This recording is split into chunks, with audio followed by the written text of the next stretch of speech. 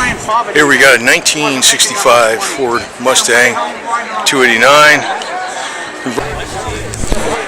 Here we got a 1965 Ford Mustang Convertible 289. I like the color on this because the green looks like black at night, but it's not black.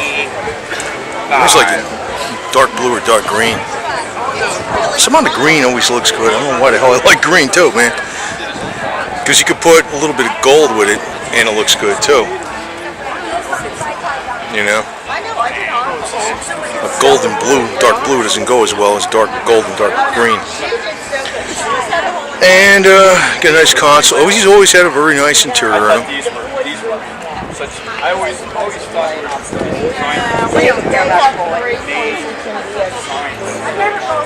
So I expected a lot. You got your filler up right there. And so I tied on it, so I feel like it looks like the convertible always makes the car 1,000 times better, a lot more fun.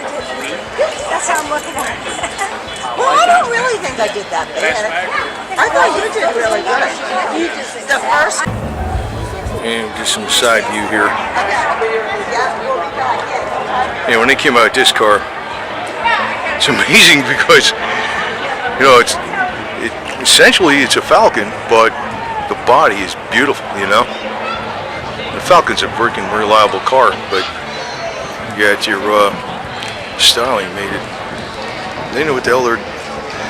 So what you got to do is you got to get the corporate heads and accountants away from people that know how to do cars. Let them do their thing. And you got a winner. You got a winner product. The money people screw things up every time. I tell you, that's what it is.